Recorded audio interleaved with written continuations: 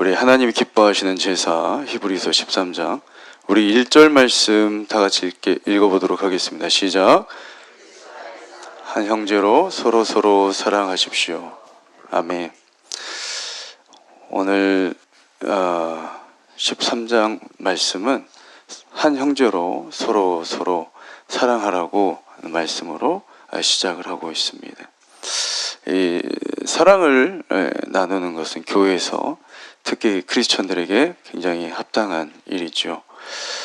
특히 이제 초대교회는 지금 우리가 신앙생활하는 것과 다른 환경에서 예수님을 믿는 신앙이 굉장히 지금 박해를 받고 있는 그런 나라들처럼 굉장히 핍박과 환난 가운데 있을 때였습니다.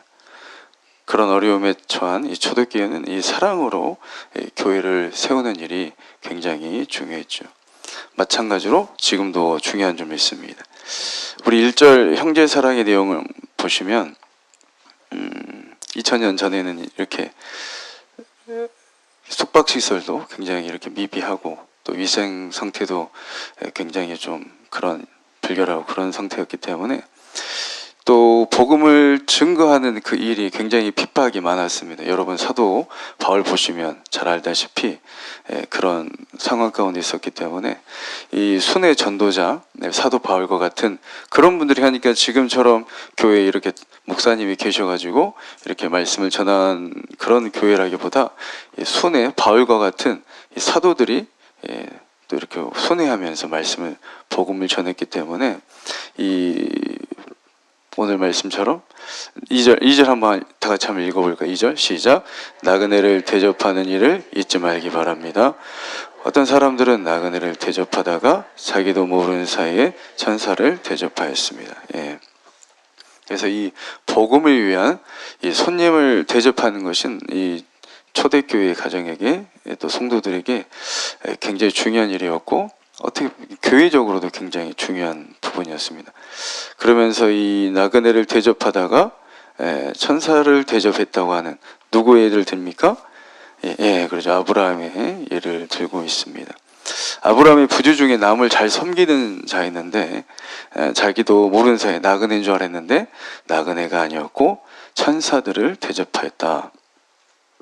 그래서 이렇게 우리가 남을 대접하는 것도 복이나 그런데 너희도 이렇게 복을 받으라 그 정도의 말씀이 아니지 않습니까? 그래서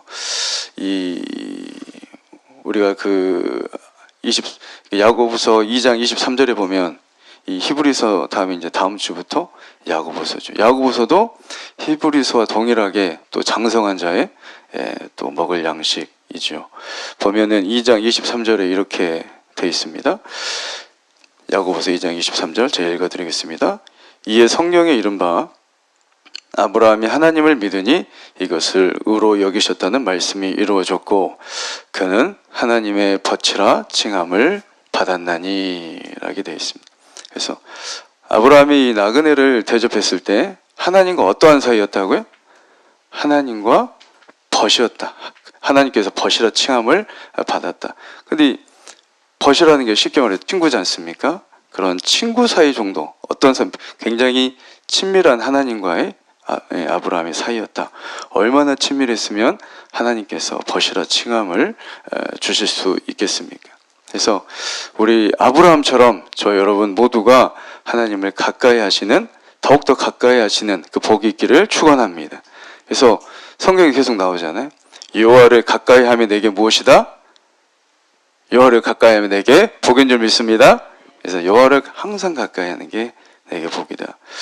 이 세상 사람들도 인간적으로 이렇게 대접을 잘할 수 있고 접대는 어떻게 보면 그들이 더 잘할 수도 있겠죠. 그러나 그런 대접으로 물질적인 이익이나 혜택을 얻을 수는 있겠지만 이 복음을 위해 이 주님을 위해 정성을 다하여 대접하는 것은 바로 신령한 복, 영원한 복, 하늘에 쌓는 복임을 잊지 마시기 바랍니다. 우리 3절 말씀도 한번 다 같이 볼까요? 시작. 여러분이 거기 갇혀 있는 것처럼 저들을 생각하고 고통당하는 자들을 볼 때 여러분이 고통받는 것처럼 그들을 생각해 주시기 바랍니다. 아멘. 이 초대교회는 또 이 믿음을 지키려다 이 복음을 증거하다가 옥에 갇힌 이 형제들이 많았습니다. 초대교인들은 물론 이 히브리서의 배경처럼 예수님을 믿기가 자신의 이 삶뿐만이 아니고 자신의 가족까지도 굉장히 사회적으로 어려움에 빠뜨리는 그런 생존의 문제와 또 연결이 되었기 때문에 그런 어떤 마음으로 그들을 생각하라고요? 갇혀있는 것처럼 고통받고 있는 것처럼 그 사람의 입장에서 되어서 나도 지금 감옥에 있다 그 동일한 심정 공감이라고 하죠. 그런 역지사지 정신으로 그들을 생각해 달라고 부탁을 하고 있습니다. 우리 주위에도 또 사회에도 그런 심정을 가지고 우리가 기도하고 또 도울 수 있다면 또 이 성경은 특히 먼저는 이 남을 당연히 도우라고 하는데 먼저는 누구부터 도우라고 합니까? 먼저 자신의 이 우리 공동체, 자신의 가족의 공동체, 교회 공동체를 먼저 돌보라고 하지 않습니까? 그래서 우리 광산의 공동체가 그런 공동체가 되어서 서로를 돌아보고 격려하고 기도하고 관심을 써주는 하나님이 보시기에 더 아름다운 공동체가 되기를 소원합니다. 자, 우리 4절 말씀도 또 한번 읽어보도록 하겠습니다. 시작. 모두 결혼을 귀하게 여기십시오. 남편과 아내는 깨끗이 유지해야 합니다. 하나님께서는 간음하는 자들을 벌하실 것입니다. 이 거룩한 결혼의 생활에 대해서 이야기하고 있습니다. 이 로마도 그랬고 모든 이 제국 굉장히 큰 문명들이 이 망할 때 가장 큰 확실한 징조가 뭐냐? 이 성적 타락입니다. 이 가족이 가족되지 못하고. 그래서 지금도 보면은 이 큰 나라가 유럽도 그렇고 많은 나라가 기독교 사회였는데 가족이 해체되고 또 사탄은 가장 크게 건드리는 게 무엇입니까? 교회도 건드리고 가정도 건드리는. 이게 깨면은 가정이 깨지면은 사회는 다 깨지는 거예요. 그래가지고 우리가 요즘 계속 막 크게 이슈가 됐던 게 동성애 같은 것도 그게 다 무엇입니까? 가족을 그냥 창세기 하나님께서 기록해 놓으신 그 법을 다 깨겠다는 거죠. 그래서 우리가 그런 부분 성경에서 말하고 있는 것입니다. 그래서 2절부터 4절까지는 계속 그 부분에 대해서 권하고 있는 겁니다. 이렇게 대접하기를 힘쓰고 또 가정까지 계속 가는 것이죠. 예수님도 그러지 않습니까? 이 복음을 위해서 수고한 자들을 어때요? 냉수 한 그릇 해줘도 어때? 그것을 하늘에 기록하겠다. 하나님 잊지 않으시겠다고 말씀을 하시죠. 그래서 이제 5절로 그런 권면을 하고 있고 우리 5절 말씀 한번 다 같이 읽어보도록 하겠습니다. 시작.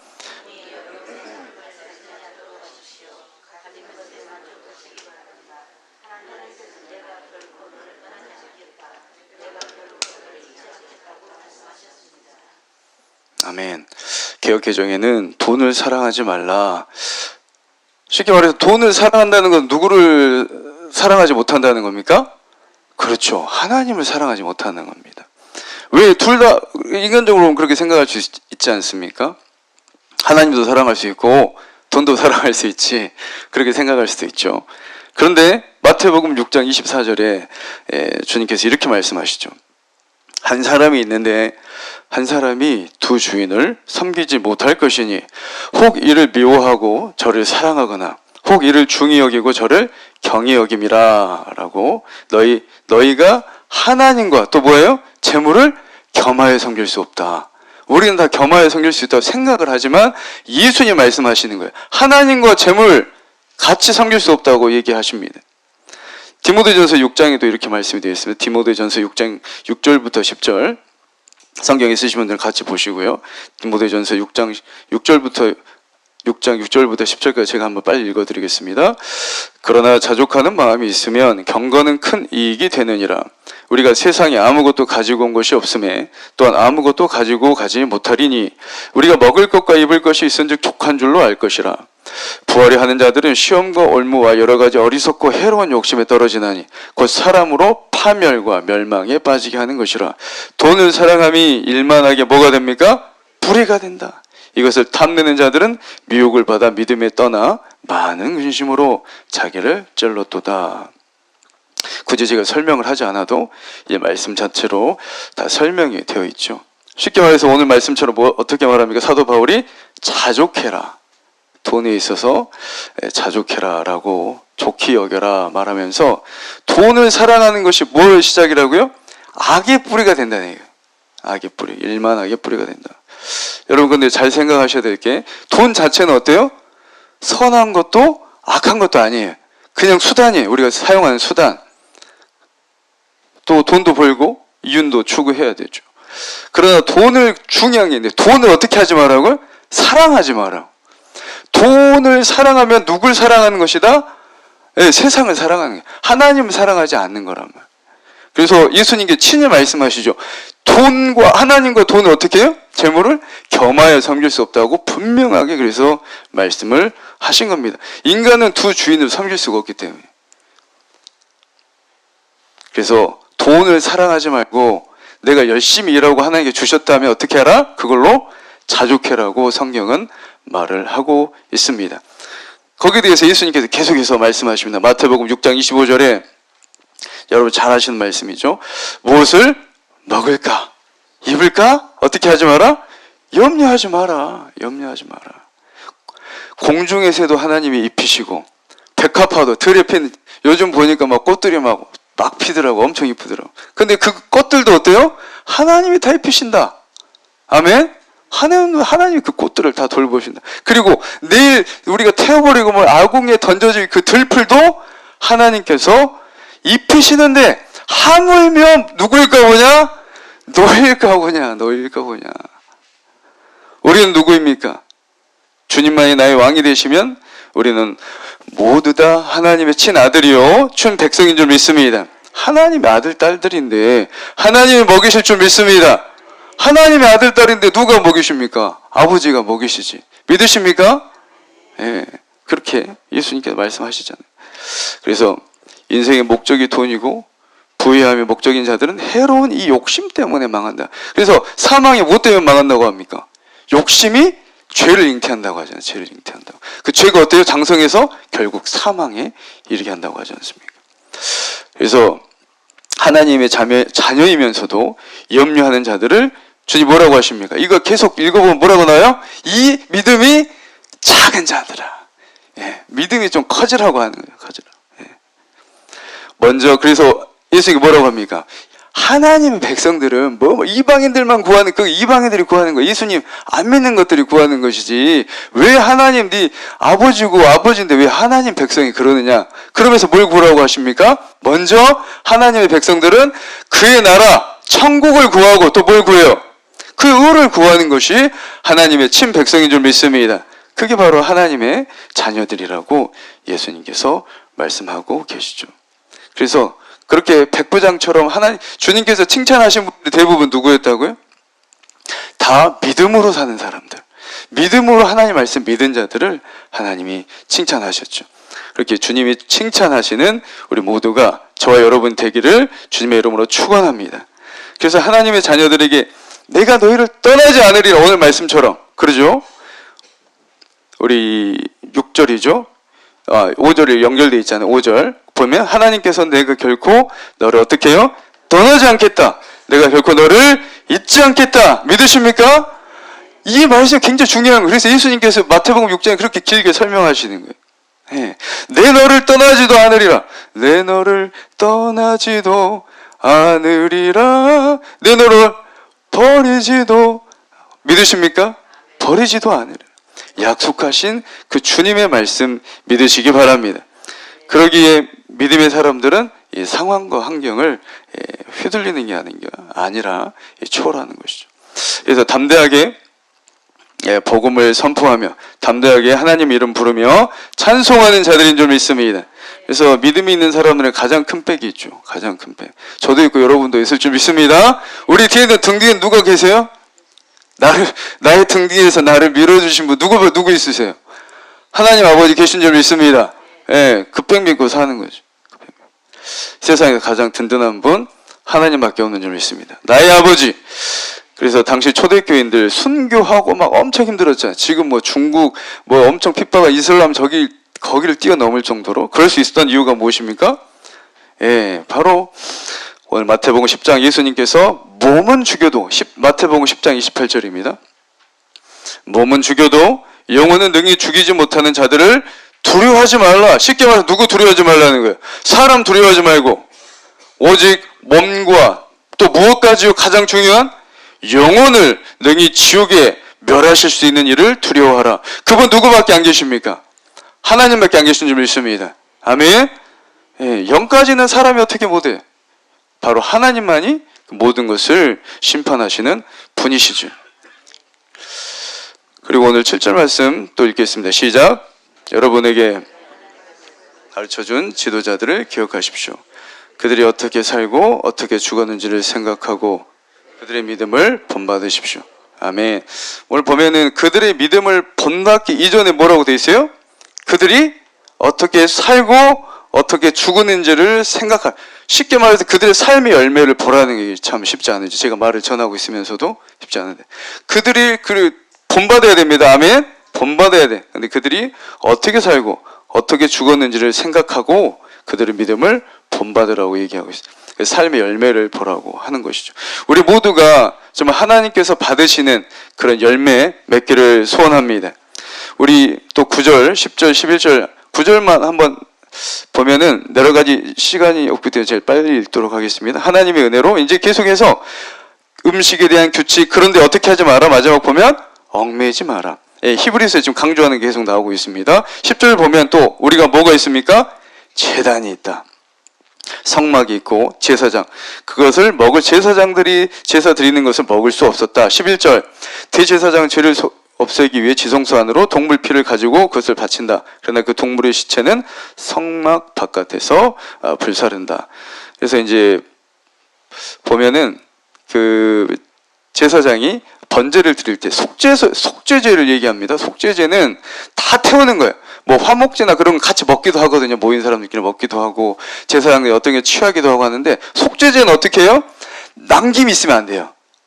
다 태워야 된단 말이에요. 하나님께 바칠 거 다 태워. 그리고 그거 죄는 다 성전 문 앞에다 밖에다 다 버리고. 그런데 중요한 게 있단 말이에요. 거기서 흘렸던 피를 어떻게 해요? 그거를 가지고 성소로 들어가는 거예요. 근데 거기서 끝나지 않고 속죄제는 어때요? 지성소까지 들어가요. 대속죄일 같은 날. 1년에 한 번 있는 날. 그래서 그 속죄소 덮개 동편에, 입구가 동편이니까 보통은 한 번 뿌리고 나머지는 그 속죄소 위에다가 7번을 뿌립니다. 피를 7번 뿌려요.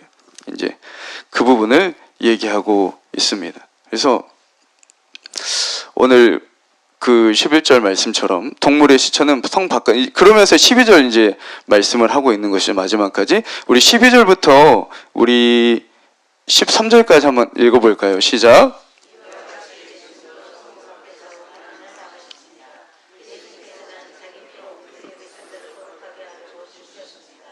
그러므로 우리도 성문 밖에 계신 주님께 나아가서 그분이 당하신 수치를 함께 겪읍시다. 아멘. 그러니까 성문 밖이라는 것은 쉽게 말해서 구약시대까지는 성전 안이가 거룩한 거예요. 그래서 이방인들도 이방인의 뜰에만 있고 성소로 들어올 수 있어요? 없어요? 못 들어와요. 유대인만 갈 수 있어요. 그래서 성전 그 벽 밖은 불결하고, 그래서 어때요? 죄를 밖에다 버리는 거예요. 이제 뭔진가 뭐 레이기 이제 목사님께서 하시면 더 자세히 설명해 주시겠지만 그런 부분이 다 있는 거예요. 그래서 쉽게 말해서 이 유대인들에게는 성문 밖, 영문 밖은 불결하고 쫓겨남의 장소고, 문둥이들 같은 경우, 우리가 요즘 한센병이라 하죠. 그런 사람 들어올 수도 없고 다 밖에 있어야 돼요. 그런 부분에 대해서 얘기하고 있어요. 근데 이제 불결한 것이고 하나님께서는 이 부정하신 것이라는 것은 다 진영 밖에서 이렇게 태우도록 되어 있거든요. 그러니까 시체도 막 그렇게 밖에서 태우고. 그런데 예수님께서 십자가 달리신 그 갈보리도 어디였어요? 성문 밖이었단 말이에요. 예수님께서도 밖에서 그 성문, 영문 밖에서 수치와 모든 허물과 우리 죄를 위해서 다 일을 하셨잖아요. 그 부분에 대해서. 그래서 우리를 거룩하고 완전하게 하기 위해서 영문 밖에서 그 모든 수치와 고통과 고난을 당하신 줄 믿습니다. 예. 그래서 우리도 이제 어떻게 하라는 거예요? 성 안에 이제 선교도 이스라엘 예수님 오시기 전까지는 원심력이라는데 이 안에만 머무르는 거예요. 거룩성만 지키는 거예요. 그게 최고였어요. 그런데 예수님께서 어떻게 하셨어요? 닭게 부시죠. 왜요? 우리를 유대인을 택하신 이유는 거룩하게 구별해서 베드로전서 말씀처럼 왕 같은 제사장이란 말이에요. 세상 가운데 나가가지고 어때요? 하나님이 믿는 게 이렇게 영화롭고 이렇게 복되다는 것을 어때요? 그거를 증거하는 거란 말이에요. 그게 빛과 소금이고, 아멘? 그래서 우리가 어떻게 하는 거예요? 전도하는 거죠. 선교하는 거예요. 가장 하나님 기뻐하시는 거예요. 그 부분을 말했어요. 이제는 우리가 어떻게 하다 그 십자가를 지고 이제 삶으로 나아가는 거예요. 아멘. 교회 안에만 머무르냐. 안에도 필요해요. 예배 드려야죠. 주일 예를 들어서 모였을 때 찬양하고 예배하고 하는 영광 올려드리고, 그리고 나머지 6일의 삶은 어때요? 삶 가운데서 빛과 소금으로, 아멘, 영문 밖에서 예수님의 십자가 들고 십자가 지고 나아가는 것이죠. 그 삶을 얘기하고 있는 것입니다. 그래서 예수님의 십자가가 원래는 어떻습니까? 어떤 의미였어요? 나무에 달린 자마다 저주를 받은다 했어요. 우리의 모든 죄와 수치와 모든 죄악을 예수님의 십자가로 어때 하나님께서 속해 주시기 위해서 예수님이 그 나무에 달리심을 믿으시기 바랍니다. 그래서 영문 바뀐 거예요.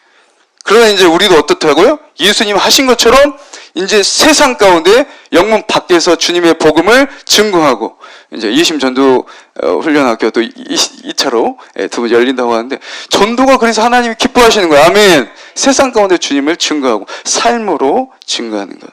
왜 그렇습니까? 우리 14절 말씀처럼 시작. 이 땅에는 영원한 성이 없어요. 예, 그들이 유대인들은 이 제단이 이 성전이 굉장히 큽니다. 지금도 얼마나 그렇게 2000년 동안 또 교육이 2000년 동안 성전이 없었잖아요. 그럼에도 얼마나 교육을 했으면 지금도 어때요? 다시 성전을 세우려고 혈안이 돼 있단 말이에요.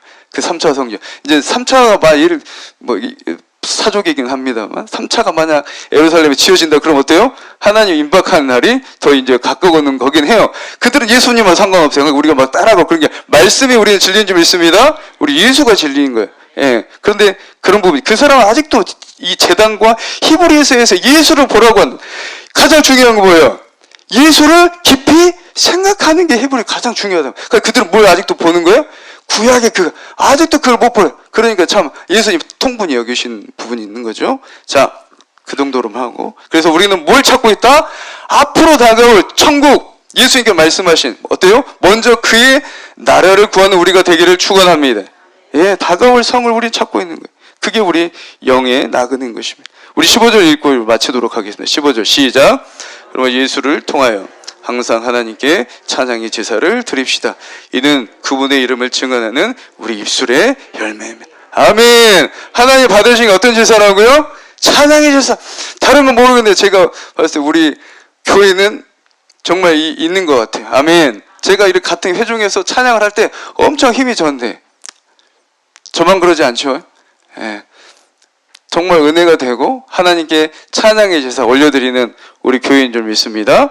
그래서 그분의 이름을 증언하는 우리 입술의 열매, 하나님 받으시는 이러한 입술의 열매, 하나님이 받으시는 이런 삶의 열매, 우리 열매를 가지고 하나님께 드리는 우리 모두가 되기를 주님의 이름으로 축원합니다. 우리 기도드리겠습니다.